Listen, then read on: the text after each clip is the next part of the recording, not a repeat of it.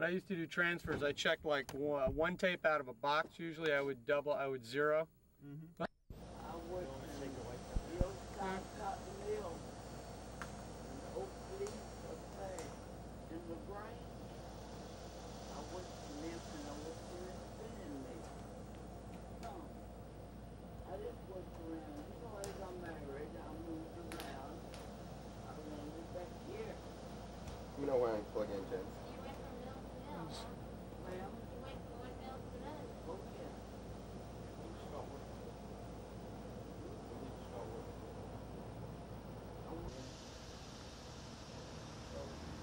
Hi, Ma. Hey, How you been how doing? you doing? Oh, pretty Come good. on in, son. Hey, bud. Well, well, well. How you been doing? How you doing? Oh yeah, bless his old heart. I'm doing just fine. And Katie said to tell you Get hi. down, Hey, get bud. down. Said to tell you hi. And, Well, good. You know, Ann, she's in there working today. Yeah, I'm going to yeah. go in a little bit. Oh, I wish I could work.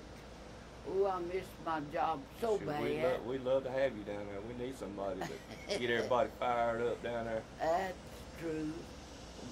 Ma, remember here a while back when we did the tape recording thing? Yeah. Well, that worked out so good that Oh. what I wanted to do is try to do it on a video camera. Well, that's fine. That's You'd enjoy fine. it. I know I'd enjoy it. Yeah, But that audio tape, it was real good. I really loved that. yeah. Well, I'm glad you did, son. Well, every word I told you was true. Oh, I know it was. You worked a long time in that cotton mill. Yes, I certainly did. And I missed my job.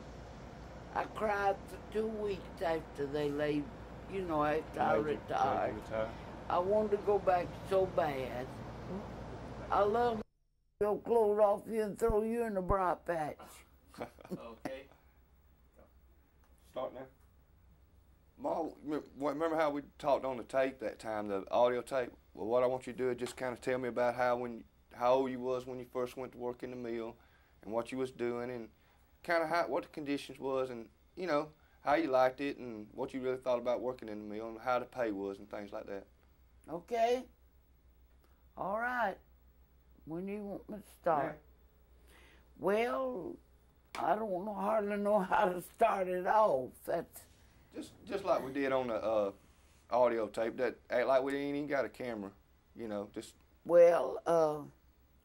When I went to work in the mill, of course, I didn't want to go to school. Now that's my business.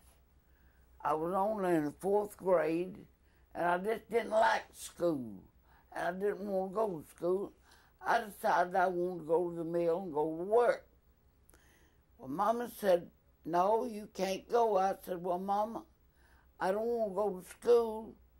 Well, she said, well, if nothing will do you but to go to school.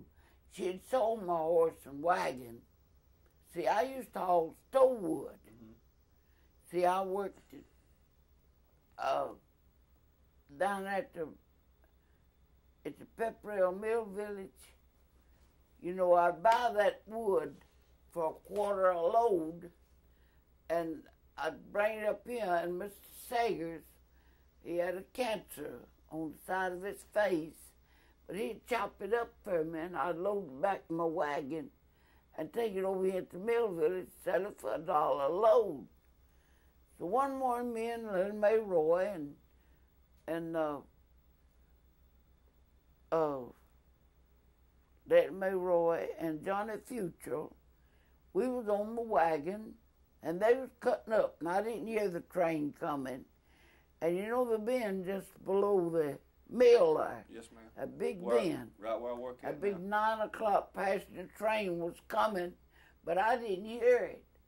Well, just as my wheels of the wagon was over in the track of the train, in the rails, well, that train blowed, and I had a minute to get off of there. And I just thought, I grabbed that scantling and hit that horse, and it dropped off. Just as my hind wheel went off of the track, the train went by. It was time to go to work in the mill then, wasn't it? Yeah. That scared you to death. So Mama sold my horse and wagon. That's what got me started to the mill. I told Mama I wanted to go to work in the mill. She said, you're too little, and they ain't going to hire you. I said, I bet they do. So I went to the mill, and I went to work. How old was you when you went to the mill, Mom? I was 14 years old, about 14, 13 or 14. And they said, well, old professor of the school is going to get you. I said, not if I can help it. So I went on up in the mill, and the boss hired me. He asked me how old I was, and I had to go to the doctor and all of this and that and the other. But anyhow, I went on and asked the boss, and he said, yeah, he wanted me to work. Well, I was too little to reach the spoolers, so Vivian Hollis, I'm going to put him in that too, Vivian Hollis was the fixer. So he goes and makes me a little bench and stood it up by the spoolers. The spoolers run on belts, and there wasn't no, you know, like they are now. Yeah. And so I'd stand up on that, and I'd tie that knot with that knotter on my hand, you know. It was running slow. It wasn't running speed fast like it is now. But anyway, he seen that I wasn't doing so good on that, so he took me off that and put me to back winding. Well, he'd watch for me, and I'd watch for him. And when he'd see that old schoolwoman coming, he'd put me down in this big box and put a lead on me. He'd hide you, wouldn't he? Yeah. And whenever she'd go out the gate, go off, well then he'd come over and help me out of that box and put me back to work. Put you right back on your job. Right back on my job. Well, I worked for $2.50 a week. Now that was for a week, till 9 o'clock on Saturday night. So when I got my little paycheck, Okay, Mom. when I got my little paycheck, I was so proud of it that I'd run home and give it to my mama. And you could get the show up there for a nickel. Well, maybe sometime Mama'd give me a dime or a nickel. I'd go get me a bag of popcorn for a nickel, and I'd go to the show. It wasn't a talking picture. It was on the screen, you know. And anyway, Mom, you was talking about they didn't actually give you paychecks, did they? You know, you was talking. oh no, you had a big old round wheel with a hole in it I'm sorry. with a number. I'm sorry. I made a mistake there. Get on her and then ask the question. You didn't get paid in check. Okay. Which, No. ask the question again. That's Mom, they didn't actually pay you with a paycheck, did they? Huh? They didn't actually pay you with paychecks, did they? No, they paid us with money. They had an envelope, as I started to tell you, with a number on it, with the same thing of this year, big. Like a medallion, like. Yeah. It looked like $50, but bigger. Mm-hmm. And it had a hole in it, and you had to wear that around your neck. If you didn't have that number, they wouldn't give you that paycheck. And so, Mr. Jim Spann, my paymaster, they'd bring the money in the mill, and you took that and give it to him, and then he'd give you your money. He didn't write no checks. He didn't have no checks. Paid you in cash money. Cash money. And that's what I was telling you. I'd take my money and I'd run home and give it to Mama. I want Mama to have it. Well, you know, back then, it didn't take very much at stores. There wasn't but just 1 or 2 stores here. And all you could buy was coffee and sugar and soda. And it's coffee, sugar, and soda. And that's about all you could get at the store. Mm. You had to raise your own vegetables. You killed your own meat. What else did you want? Didn't need much else, did you? That's right. What about house rent? Where'd you live? There wasn't no house rent. Did you live in a mill house? Yeah. My mom lived in a mill. How was it like living in a mill house? Was, compared to maybe the house you're living in now, or maybe the house that Ann and I live in? Oh, well, you thought you were a little bit better, that Was it a pretty good place to grow up in? A lot of people to play with. It was in like a mill village, and where the railroad crosses to go down, where the mill is. Uh-huh. You come on down, and the first turn up that you go across down there, go across the railroad, that first house there is the house that my mama lived in. Remember when we was talking about earlier how where I work at now, the personnel department in our union office is where you used to go to school at? Yeah. I went to school in front of the mill in that personnel office. Them steps out there, Uh-huh. I played on them when I was a little girl.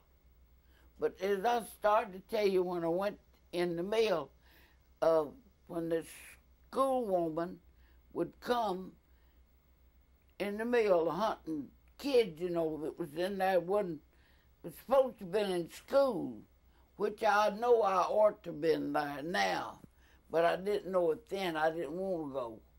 But still, I've got my good education. I know how to read and write. I learned it after I got grown. And I can count money when I have it. I don't have very much to count, but I can count what little bit I got. Ma, how did you learn to read? Huh? How did you learn to read? Well, I just learned it. I just picked it up. God gave it to me. Why? I was just curious. It's kind of That's hard right. to learn to read on your own. You remember how it was when Hoover was president during the Depression, and how, if it got any better after Roosevelt got elected, and he started putting in Social Security? Oh, yeah. How was it when Hoover was president during the Depression? It was bad, I can tell you that. It was just starvation, that's it. You couldn't buy a job, and you just almost starved to death. I swept yards and cleaned yards and scrubbed floors and washed clothes up here in town at these rich people to make my baby a living. Did you remember when Hoover was president? Do you remember having to work 12 hours a day? And then when Roosevelt. No, you couldn't buy a job. But I'm talking about after it got to where after things picked back up and you finally did get you a job. When Roosevelt took over, well then I got me a job in the mill, and I worked about 2 weeks. I was working in the valley, in the net mill, and then they said they were going to split it up in shifts for Julie. Okay, we'll start where we talk about that. We'll get you to start talking about Roosevelt. Ask about when the WPF, when the Blue Eagle came, Roosevelt came in, and the Blue Eagle and the NRA. We was talking about how after things picked up and you got started back to work in the mill, and how some of the changes Roosevelt brought about with what I call it the code, other people call it different things. When he got... It was the pressure. When Roosevelt took over, well, anyway, they come around and they told us we had to sign up for our Social Security. And I said, what's that? I was dumb. I still wonder what it is. I said, what's that? He said that the lady that signed me up told me, said that is your security. When you get so old, you can't work, you'll draw it to live on. And I said, well, that'll be good. So then they started taking taxing and Social Security, and stuff out on our checks then. Well, you worked at more than one mill, right? Oh, yeah. Would you like to tell us about some of the different mills you worked at and some of the different places you lived in? Yeah. Like you first started out, it was a Now, Lynette when I mill. worked in Alabama City, I didn't have that Social Security. You didn't? I signed that up after I went to Lynette. Lynette Mill? Yeah. But it was a good mill, and I liked to work in it. And my mother was going to come to Opelika, and no, she was coming to LaGrange, that's right. I'll get it right. She was coming to LaGrange to my sister, Annie Mae, you know, the one that passed away here. Yes, ma'am.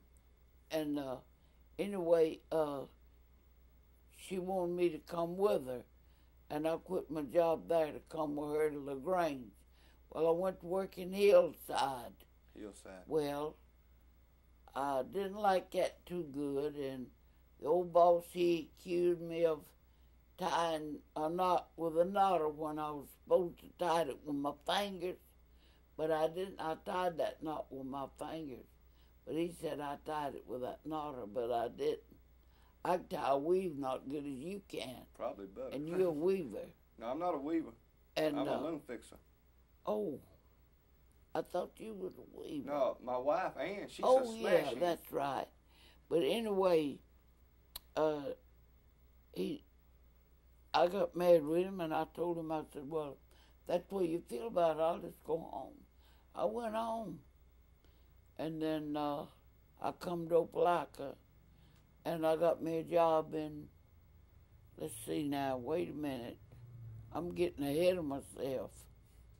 Well, just take your time. Then I went to live with my sister, my older sister, Janie. Uh-huh. And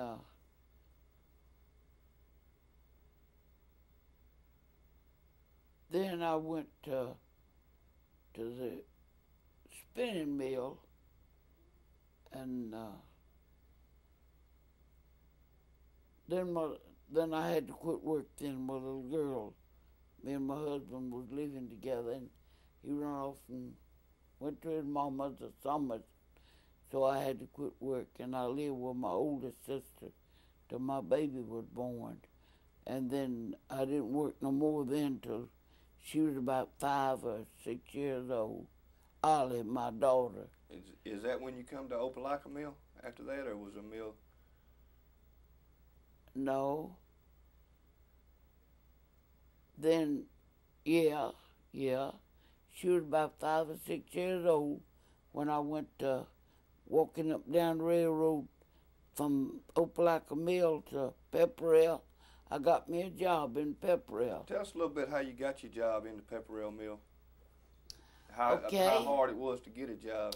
Okay. I'd go down the railroad track by myself. Boy, I'd be hitting it. Rain or shine, sleet or snow, I went. Well, I went around to the gate, and the old gate watchman wouldn't let me in. And I decided I know a way I will get in. So they were bringing trucks around at the back of the mill. So that morning I met the trucks around at the back of the mill, and they opened the gate at the back of the mill. I went in beside the truck, and I hauled it upstairs, and he hired me. Well, I went back out by the old gate watchman. He asked me, said, how'd you get in? I said, I come through the gate. And he said, you didn't get no job. I said, I did. I'm coming to work tonight on the 3rd shift. You showed him, didn't you? Yeah. And I went to work on the 3rd shift.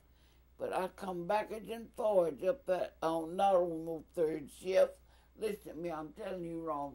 It was on the night line. Night line. Yeah, you know, Was they that, called it the night line and day line. Was that 8 or 12 hours a day? That was 12. I went to work at 6 and got off at 6. Didn't have much time to spend with your family, did you? That's right. Well, you remember when Roosevelt started making changes and all? Do you remember where it went from a 12-hour day to an 8-hour day? Yeah, Well, that you know, was in the valley. Right now, at the mill I'm working at, we work 8 hours a day, and they're trying to get it back to working 12 hours a day. Oh, my goodness. But the thing good about it is that we have a union, and the people had to vote on it. And if they vote no, the company won't be able No, to do it. I don't blame them. That's one good thing I about wouldn't being. either. That's one good thing about having a union is That's that you right. got to say what happens to you. That's right. Not much sometimes, but you got a little bit of say. But getting back to what did you do? You know, the job you got when you had to go with the truck. What job did you get? I mean, what was your job when you worked there? When I worked I worked in the winder room. When I changed shift. They didn't have them automatic spoolers. They didn't know what they was. I was the first woman to ever put up an end on the automatic spooler. And now, well, you know them winders had a drum that you let the comb down on. Mm-hmm. You had to tie the knot. That's how come that knot on my hand there.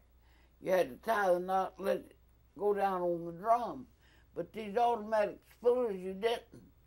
The it had a traveler up on top and picked up the thread. All you done was fill the pockets with thread and take the cheese off. They call them cheese. Big round wheels of thread. Mm-hmm. You had to doff them off. I went to work on the winders on the night line in Pepperell. Well, did you like it better after it got to be an 8-hour day? Was it easier? Oh yeah, oh yeah. You would too. I like it now 8 hours. I don't want to have to go to 12 hours. Well, you go 12 hours and you'll give completely out. Ask her what it was like, heat, working conditions, restrooms, all of that. When you was working in the mill, you know, like probably not later on, but when you first started working, you know, the times we're talking about now, was it hot or too hot to work, or was restrooms, you know, were they nice, or, you know, what were the working conditions? The restrooms was nice. They had a colored man to clean them up. Was it hot in the mill? Oh yeah, it was awful hot. Was it? It was but hard to work. They raised the windows, you know, and let the air in. It wouldn't be so hot. Well, during the summertime, I don't imagine the windows helped too much, did it? No, it didn't. You know, most of your mills got air conditioning now. Yes, it's not sir. hot in there. I don't know if it's so much for the people or it's so much that their machines can't be hot no more because now they got all them computers and all. I have worked down there in that Pepperell when the water would drip off of my coattail. Oh, that was hot. That's right. So after you got on the 8-hour days, did you see any more changes that helped y'all out any, you know, like maybe a better pay or like you said, the Social Security? Oh, yeah. What kind, after you got on the 8-hour day, you know, we was talking about when you first went to work, you made $2.50 a week. Was it considerable improvement on your pay? Well, now, they started that before this. They started that before, you know, let me see, who was the president then? Who was the president back in 29? Hoover? Yeah. Was it Hoover? No. Wait a minute, yes it was. Yeah, Hoover was the president in 29. But I was thinking 25. But say the pay started getting a little bit better, even. Oh yeah. When I was making $2.50 a week, then the pay check raised up. They paid us $9 a week. But it was still in the pay slip. They didn't write no checks. You had to wear that number, and if you didn't call that number, you wouldn't get your paycheck. If for some reason you lost your number or something, what did you have to do then? I mean, how? Well, they'd go back to the office and take it back to the office and trace it up. But you would eventually get your money. Oh, yeah. Yeah, Mr. Jim Spann was our paymaster. Would ask about any attempts to union. Do you remember anybody trying to attempt to get a union anywhere you worked at? I know one place in particular they tried to, where they did get a union, where I work at now, and you used to work there too. Yeah. Remember, let's just move kind of in the future a little bit to when you went to work for Opelika Manufacturing, where I work at right now. What year was it, and how were things, and did you like it? Well, we'll move up then. You mean, I went to work in the Opelika mill, what's some 48. 48, me and Mr. Griffith was married in 47. And I was still working in Pepperell. Well, let's see. My mama died in 56. And I was working in the Opelika mill then. Well, don't save that track, but I think really I got off track. Before that, do you remember anybody trying to get a union in any plants you worked before that? No. You don't? No, I don't. Okay, and then let's move up to Opelika. It was 1948 when you went to work there?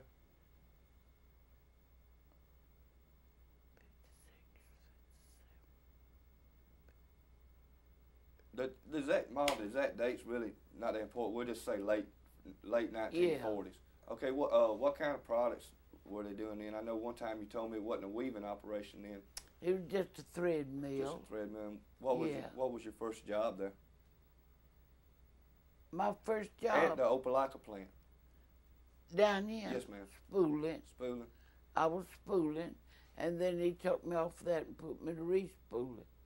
And then I went from that to the spinning room, and then I went from that to the winding room, and I helped off twisters. Okay, let's hold it just a moment. Just hooked them, I'd go with and show Y'all them. want to? No, we're just on you. Oh, okay. You want her to just talk? The ice is upstairs, honey, in a little blue tray. And the glasses, if you don't want to drink out of them in a dish strainer, well, you can get you another glass. Nod your head a couple times, Tom. And smile. Not a very good actor. Honey, set that gallon of milk in the refrigerator for me. Not, A little boy set it out for the ice to melt. That's nervous energy. Where did Randy go? I think he's still on he's the board. outside. He's with the Well, dog. that's I okay. think you're about to do your second step. He's all right. Uh-oh. That's- You ready? Okay. Well, what I want to ask you about, we was talking about there wasn't no unions back when you worked in the mill. And all. No, there wasn't. What did y'all do when, say like if your supervisor was coming up to you and said, well, you're not running your job, or he was harassing you and you knowed you was running your job, how did y'all deal with problems that arise? What kind of steps did y'all take to deal with them problems? Well, some of them talked pretty rough, and I talked pretty rough back to him. I said, "Now I'm doing the best I can." And he said, "Well, maybe your can ain't big enough." I said, "Well, you get me one that's bigger." I talked back to him. I didn't let him run over me. Well, now with our union, say like my supervisor come up and told me, well, you're not running your job good enough, and I'm gonna see what they do now. They write you up a disciplinary warning, and if you get 4 of them, they fire you. But what we got now is with the union is something called a grievance procedure, and you get to go meet with you remember what they call them overseers then. Now Yeah. we call them department heads. Yeah. Me and a shop steward, which is like a lawyer. He's not a lawyer, but he defends Yeah, you. shop steward. I know what you're talking about. With having a union, we could go talk to him, and that's called first step. And if we didn't get it settled in the first step, then we'd go meet with our personnel manager. Yeah. And we had all these different steps, and then we got a thing called arbitration, and that's one of the advantages of having a union. And I was just wondering, say like you said you told your supervisor off and it still didn't do any good. Did you have anything else you could do to try to get him off your back? If say like you done told him off and he's still on your back, I mean, did you have anything else? Could you go to your overseer and talk to him about it? Let's or- try that. No. Let's try that You again. can I think go